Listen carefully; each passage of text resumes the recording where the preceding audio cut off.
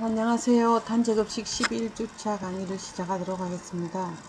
아마도 이번 주하고 다음 주까지만 하고 나면은 그 다음부터는 제가 문제풀이로 들어갈 것 같습니다. 그리고 일단 단체급식 11주 자 보시면은 단체급식 뭐 여러 군데가 있겠지만 그 전에 했던 어떤 뭐 산업체급식이라든가 학교급식을 이제 다음으로 병원급식이 사실 차지하는 비중이 크기도 하고, 또 병원급식을 하는 어떤 의의가 있을 거예요. 그렇죠? 그러면은 이 병원급식은 왜 하는가 했을 때에 이제 이 의의를 살펴본다면은, 병원급식은 치료의 일환으로 행해지는 것으로 질병에 따른 영양적인 필요량을 충족하는 식사를 통한 환자의 질병 치료 및 개선, 체력 회복의 도모를 목적으로 하고 있다.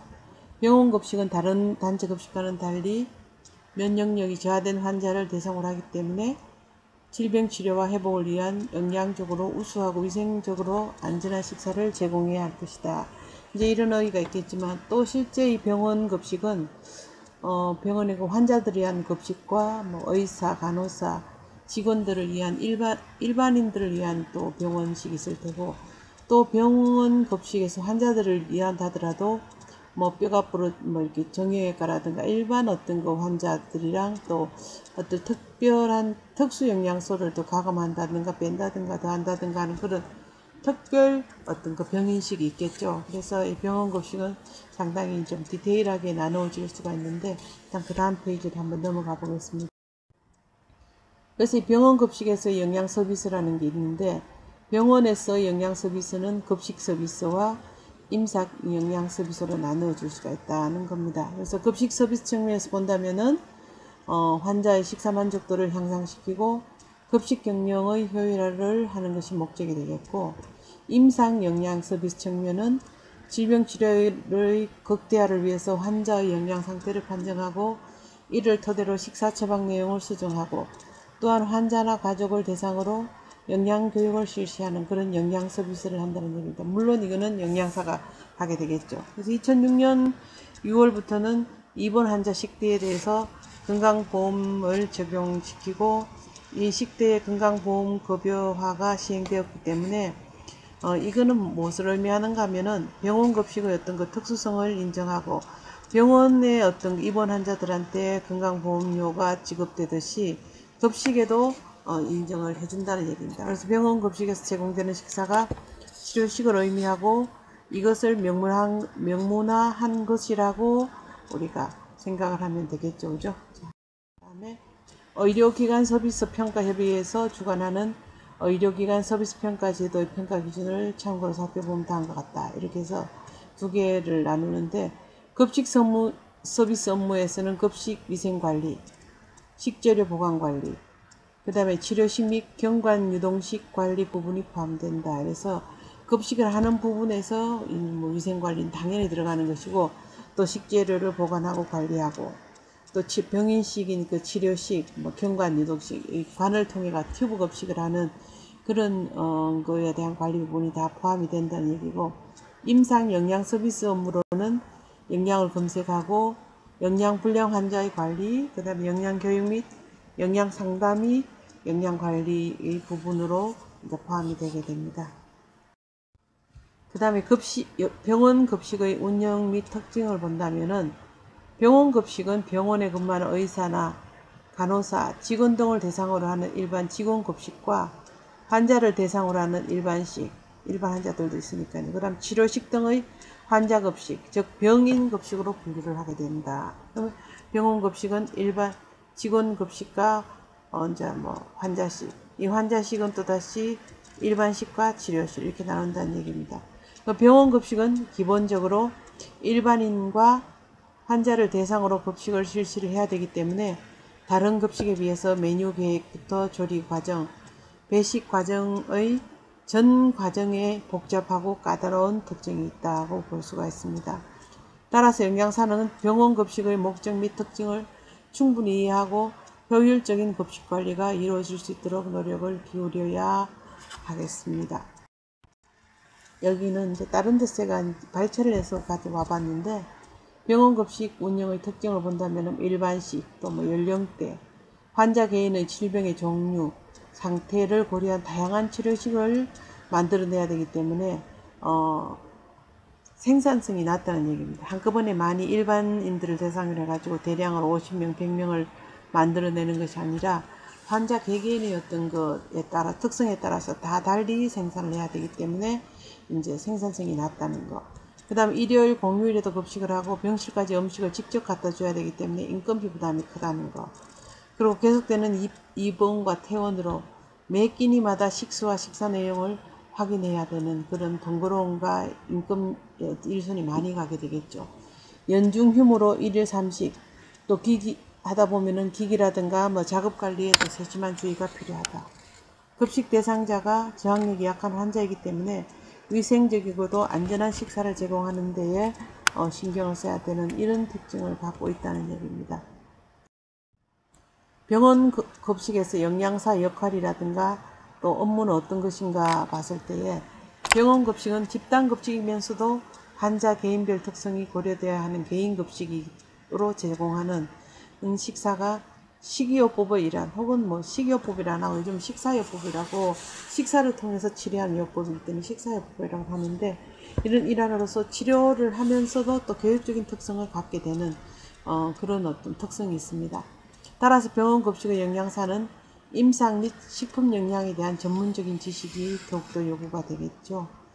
국민영양관리법 제23조에 의하면은 보건복지부 장관은 건강관리를 위하여 영양을 판정하고 영양 상담을 하고 영양소를 모니터링하고 또 평가를 하는 등의 업무를 수행하는 영양사에게 영양사 면허 외에 임상 영양사 자격을 인정할 수 있게 하고 국민영양관리법 시행규칙 제22조에서는 질병의 예방과 관리를 위해서 질병별로 전문화된 임상영양사 업무에 대해서 뒷페이지에 명시하고 있습니다.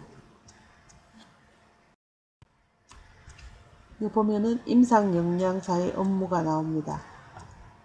영양 문제를 수집하고 영양이 과다한가 뭐 부족한가 뭐 어떤가 이런 문제를 분석하고 수집하고 분석하고 또 영양 요구량을 산정하는 등의 영양 판정을 내릴 수가 있는 그런 자격을 주고 그 업무를 해야 되고 또 영양을 상담해주고 또 교육을 시켜주고 영양 교육도 하고 영양 관리 상태를 점검을 한 위해서 영양을 모니터링 및 평가를 하게 됩니다. 그래서 뭐 급식을 했는데 어떤 음식은 남겼더라, 어떤 것들은 또 더 부족하더라 이러면 그에 대한 모니터링을 해서 영양 관리를 해준다.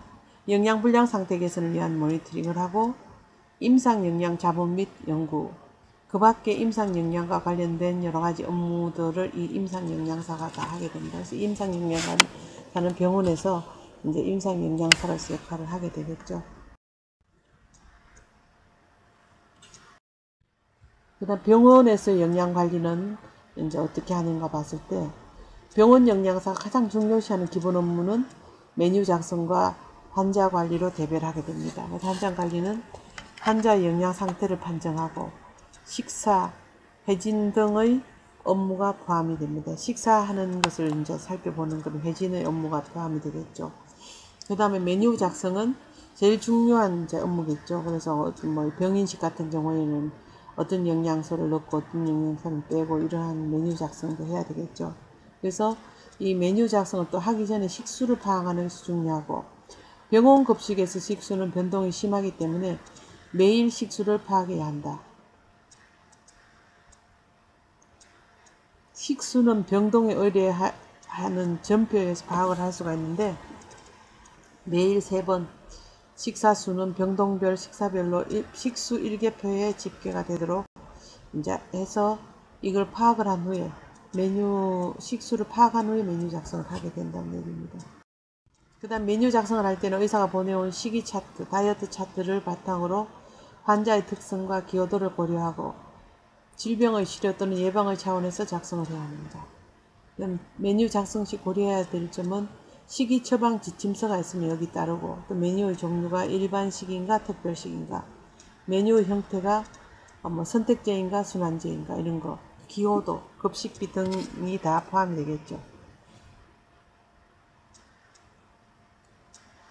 그 다음에 계절식품을 이용한다. 계절식품을 이용하면은 가격도 싸지만 영양 성분도 가장 많이 들어있으니까 이 계절식품, 그리고 신선할 수 있고, 그죠? 보존료 같은 걸 또 사용하지 않고 하는 여러 가지 장점들이 있겠죠. 그래서 이 계절식품을 사용하는 것이 좋고, 대량 구매를 통한 재료비 원가와 절감이라든가 식품의 선택을 고려를 해서 메뉴를 짜라. 표 10-3은 병원 급식의 실제 메뉴가 나타나 있다고 되어져 있습니다. 잘라먹은 것 같습니다. 병원 급식 메뉴에서. 요거는 여러분들 표 10-3 여러분들 책에 한 번 더 보시기 바랍니다. 제가 나중에 요거는 보완을 해가지고 보완을 해야 될 것 같은데 지금 이거 녹음을 하고 있으면 어떻게 보완을 할 수가 없어요. 넘어가겠습니다. 병원 급식의 예고. 보면은 요거는 정형외과 일반식이고 요거는 뭐 특별식 당뇨식이 되겠는데, 여기 보면은 경도 장애식이에요. 그래서 이 식단은 기계적인 어떤 연식이다 해서 그 삼키기 곤란한 그 환자들한테 주는 장애식이에요. 여기도 보면은 뭐 미추홀, 그러니까 인천이네요. 그래서 인천에서 뭐 죽이라든가 뭐 맑은 국이라든가 이렇게 해서 삼키기 좋고 부드러운 것들. 그 다음에 뭐 여기는 흰죽에다 미역국, 건더기는 아주 소량 넣고 생선살 들어가고 시금치 나물도 조금, 피망 야채볶음, 뭐 물김치 국물, 그 다음에 간식으로는 우유 혹은 주스 이렇게 해가지고 삼키기 곤란한 장애식으로 해서 거의 반유동식에 가까운 걸로 특별식을 만들었네요. 그죠? 자, 그 다음에 이거는 어떤 그 뭐 병원 급식을 하기 위해서 배송카예요. 배송카인데 뭐 자동도 있고 실제적으로 뭐 그 타이어로 밀기다가 이런 경우에 자동으로 갈 수도 있겠네. 그죠? 그래서 이 내부에 이제 음식이 다 들어있고 옆문이 다 되어 있어, 문을 전부 다 닫기 때문에 외부로부터 오염은 없고, 그죠? 이렇게 해서 병원, 아마도 이거는 중앙급식인 경우가 많겠죠. 중앙급식에서 전부 식판에 담아가지고 간다든가, 물론 이제 병동 배식인 경우도 이렇게 하지만 대부분 이 정도 되면은 중앙 배식을 하는 경우들이 많을 것 같아요. 보면은 뭐 여기에 지금 식판이 담겨져 있는 것 같아요. 담겨져 있고, 뭐 예전에는 이런 거 없이 그냥 카트로 쭉 밀게 되어져 있었는데 그걸 제가 하나 보낼 걸 그랬네요. 하나 올릴 걸 그랬네요.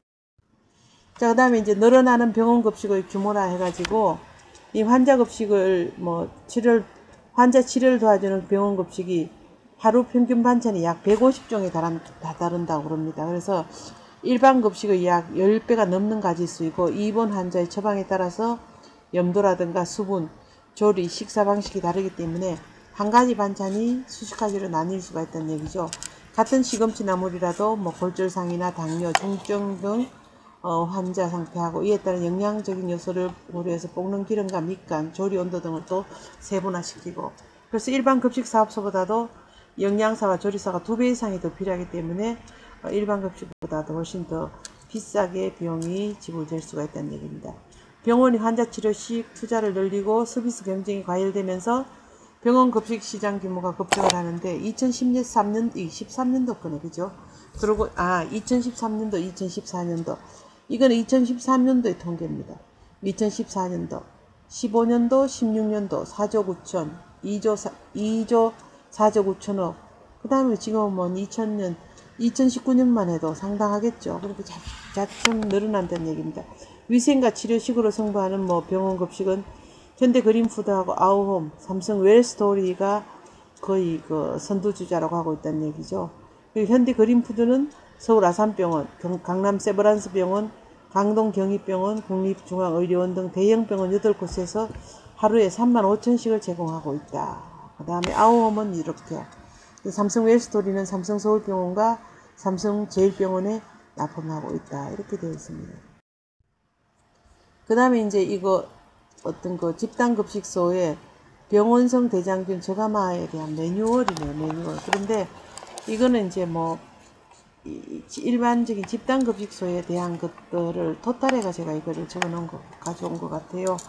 보면은 이 4단계 이제 배식을 함에 있어가지고도 이 오염을 차단시키고 또 최소화시키기 위해서 배식을 할 적에 배식하기 전의 준비 상태는 배식 순서에 맞게 음식 배치 및 기구를 점검을 해라. 병원성 대장균 오염을 위한 관리 단계. 그리고 배식 전에 만약에 배식을 함에 있어가지고도 이렇게 담는 순서도 뭐 조림이라든가 익히는 반찬을 먼저 넣고 뭐 샐러드라든가 이런 것들, 그죠?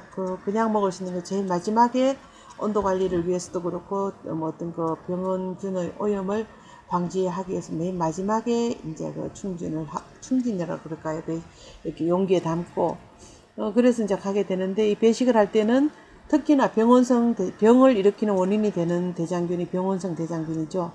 오염 예방을 위한 관리 단계라서 이제 배식을 하게 됩니다. 배식을 하고, 보존식은 이 병원성 대장균 오염 예방을 위한 관리 단계라 했는데, 이 보존식의 경우에는 실제적으로 배식을 하기 직전에 바로 나오는, 배식하는 어떤 식사를 바로 보존을 하게 됩니다. 그럼 이 보존식이 있음으로 해서 만약에 식중독이 발생했을 때에 역학조사를 하게 됩니다. 원인을 추적해서 역학조사를 하는데, 이 역학조사를 하기 위해서 보존식을 냉동 보관을 하게 됩니다. 그래서 보존식은 보존식만을 따로 보관하는 보존식 냉동고를 갖고 있어야 되겠고, 그 다음에 보존식의 온도는 마이너스 18도씨 이하에서 급격하게 급냉을 시켜줘야 되겠고, 그죠? 그 다음에 이 보존식은 144시간을 보존을 하게 되어 있습니다. 그렇게 해서 그 144시간이 지나고 나면은 이제 폐기 처분을 하고, 그래서 이 집단급식소에서 병원성 대장균 저감하기 위한 이 매뉴얼을 제가 가져온 것 같아요. 그 다음 배식하기 전의 준비로는 이제 음식의 배치는 바로 조리된 음식을 위생적이고 안전하게 급식하기 위한 작업이 되겠고, 뭐 조리라는 것이 꼭 열을 가한 것만이 아니라 뭐 어떤 거 뭐 예를 들어서 세척하고 뭐 샐러드라든가 그냥 비가열식품과 같은 것도 마찬가지로 음식은 배열을 해야 되겠죠. 그 다음에 식품으로 병원성 대장균이 교차오염되는 것을 예방하기 위해서 배식대 및 배식기구는 항상 세척하고 소독하고 건조된 것을 사용을 해라. 배식대, 배식기구, 또 뭐 개인위생으로는 개인의 어떤 위생수칙을 준수해 가지고 위생장갑을 낀다든가 위생복을 입는다든가 마스크 착용을 하고 위생모를 쓰고 위생화를 착용하고, 이렇게 해서 음식을 배식하기 전에 다 준비를 해야 되겠죠. 그리고 이 배식하기 전의 어떤 그 개인 위생에서는 배식용 위생복이라든가 위생 앞치마라든가 이런 것들을 다 별도로 구분해서 착용을 해야 됩니다.